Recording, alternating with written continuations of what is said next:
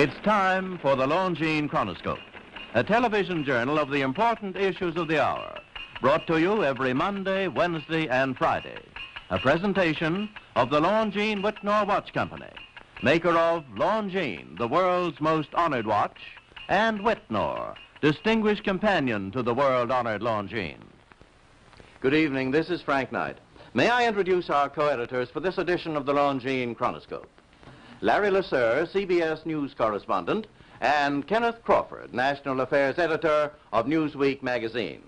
Our very distinguished guest for this evening is Admiral Richard E. Byrd. The North Pole used to be a no-man's land, but these are the days when, by buying a ticket on a commercial airliner, you can fly across the North Pole and drink a cocktail at the same time. You know, only 60 or more years ago, about 35 years ago, our guest tonight found out whether there was any land north of the North American continent. He made that first discovery flight, and I must say that Admiral Byrd, our guest tonight, is not only our greatest living explorer, but he's been an inspiration to countless Americans. Admiral Byrd, you've been to both the North Pole and the South Pole. Is there any unexplored land left on this earth that might appeal to adventurous young Americans? Yes, there is. And not up around the North Pole, because it's getting crowded up there now, because they find out it's really usable, not only to live in, but militarily. But strangely enough, there's left in the world today an area as big as the United States that's never been seen by a human being. And that's beyond the pole on the other side of the South Pole from Middle America. And I think it's quite astonishing that there should be an area as big as that unexplored. This is a tremendous So challenge. there's a lot of adventure left down at the bottom of the world. Well, Admiral, do you hope to see that? I do. Well, Admiral, Yeah. would you say that since you've been to both the extremities of Earth, are these expeditions to such far-off places, are they getting easier because of modern techniques, or is danger still close at hand? Well, it's a little risky, but nothing like it used to be with the old slow planes and the small cruising radius where we had to put down bases. We replaced the dog teams, and of course that was a big improvement. But now the planes go much faster and they're safer, and they have a much bigger cruising radius. You haven't got the danger of a terribly heavy load. Admiral, an expedition to which I believe you're the advisor is now en route. What is that expedition doing? Well, that's the icebreaker Atka, and it's a reconnaissance expedition. It's going down to the South Pole area to make certain observations and to look for some bases. They will be back in April, and they will report back, and upon the information we get from that undertaking, we will base the bigger expedition that's to follow. Is that very definitely planned, or is that... That is being planned right now. So I'm willing to say to you that there will be a number of expeditions that will follow, I think, year after year, at the bottom of the world, because the government has really become interested. Well, Admiral Byrd, I can understand, I think everybody can, the interest in the North Pole because it's so near our greatest challenger, Soviet Russia, but why this interest in the bottom of the world? Nobody living down there, is there? No, it's pretty cold. There's only one permanent resident, that's the emperor penguin. The little ones live further north. I tell you one reason they're interested. It's by far the most valuable, important place left in the world for science. That's why the scientific groups all over the nation are really interested. But more important than that, it has to do with the future of the nation, those to come after us, or even during your lifetime, because it happens to be an untouched reservoir of natural resources. And, you know, as the world shrinks with an ever-increasing acceleration, far-flung places, once useless, like we thought the North Pole was, and no man's land, become very useful. The bottom of the world will be important, not only to us, but to our allies. I was going to ask you, does it have military importance? It has some, and as the world shrinks, it will continue to shrink with an ever-increasing acceleration. thus bringing these places closer. And in the future, I can see a time when it will be very, very important strategically. Well, has the development of air power increased the strategic importance of places like the very much Palma so. Peninsula, we'll say? Very much so. Even now, if anything happened and we lost the Panama Canal, we would have to control the islands just north of Antarctica, which are part of Antarctica, and between there and Cape Horn. I've heard it said that there are 7 continents in the world, and one of them has never been seen by a woman, and that's Antarctica. Is that actually true? Well, if the Palma Peninsula is an island, as far as I know, that's true. No woman's ever stepped foot upon the Antarctic continent, and it's the most peaceful place in the world. Well, I'm sure that won't last very long. I understand that now that you're working with the Arnold Bread Company in charge of frozen foods. Now, is there any future for frozen foods down these frozen extremities? Well, I think the human race can be helped by that.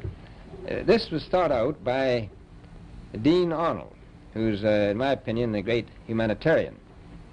He learned that we went down there after 4 or 5 years and finished a meal that we had left there on the table when we had evacuated Little America.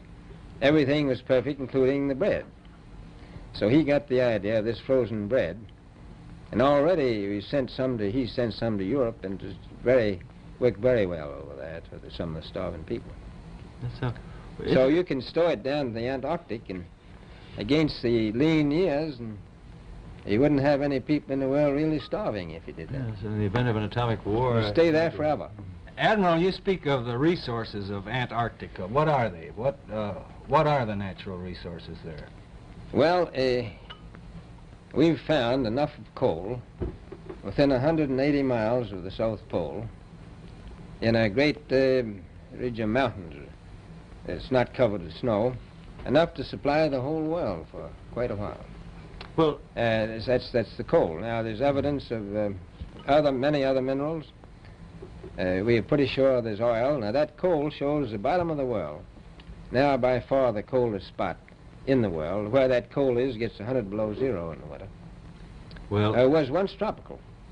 So we think there's oil there, and there's evidence, probably uranium there.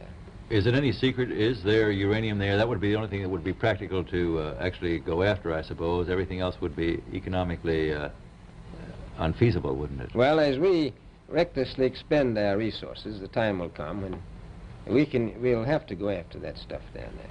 Well, you know, I avoided what you said about uranium. I'm not sure about that. I don't want to have the world fighting over the Antarctic. And Robert, is there a competition among other nations to try to get information about Antarctica and possibly to secure some of these resources? Well, yes. There are now 7 nations very much interested. Russia is interested tremendously. That I'm sure of. Australia has an expedition down there. The Argentine, the Chile, New Zealand, Britain, and so on. Now, you can understand those people down there being interested because they live down there, the New Zealanders, the Argentinians, the Chileans, and the Australians. And so we don't do much about claiming anything. Admiral, you make this sound a little crowded. Are there that many expeditions now there or en route there? Well, you know, as I said, it's the most peaceful place in the world, but I don't think it will be for long because of this intense interest on the part of other nations and this nation. Well, Admiral Byrd, are private expeditions a thing of the past? Is expedition and exploration, making expedition and exploration now purely a government function because of the tremendous cost and organization? No, I don't think so. I think down south it may be more or less a thing of the past, but not other expeditions that go. There's a lot of them go north now. This latest expedition now on the way is a government expedition, I take it. Yes, that's the government. But may I ask you, is there a great difference between the top of the world and the bottom of the world? There is. Now, the North Pole is the center of an ocean 10,000 feet deep. The South Pole, the center of a plateau, 10,000 feet high. The North Polar Sea is surrounded by continents that are slightly frozen.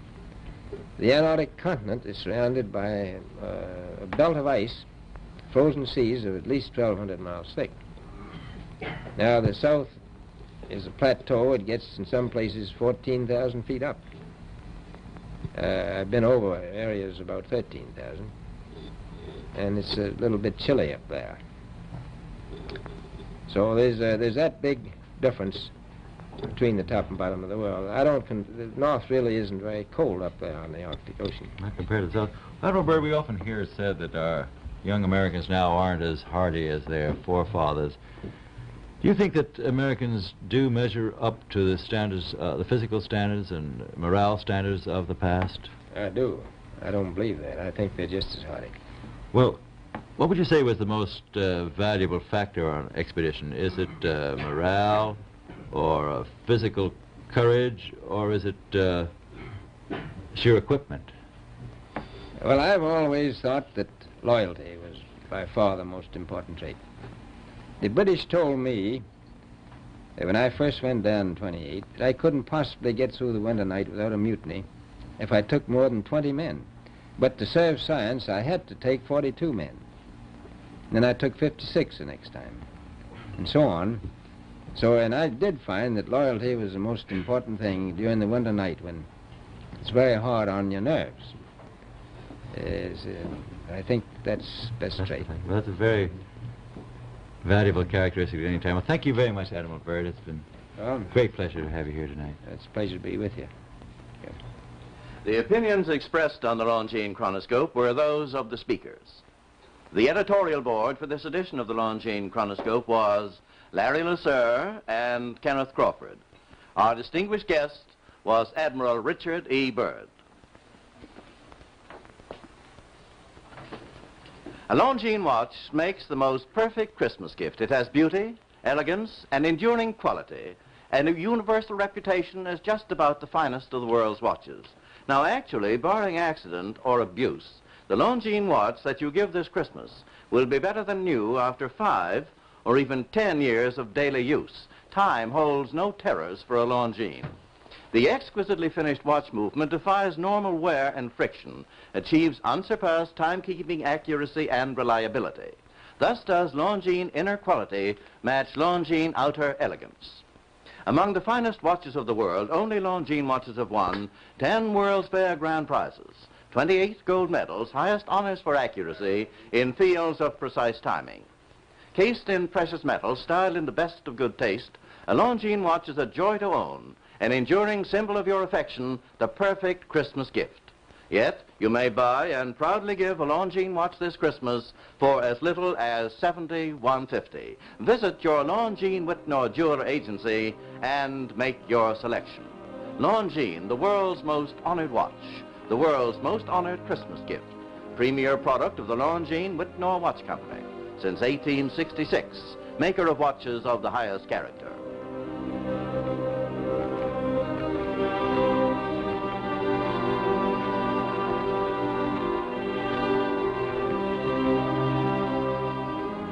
We invite you to join us every Monday, Wednesday, and Friday evening at this same time for the Longines Chronoscope, a television journal of the important issues of the hour, broadcast on behalf of Longines, the world's most honored watch, and Whitnor, distinguished companion to the world-honored Longines.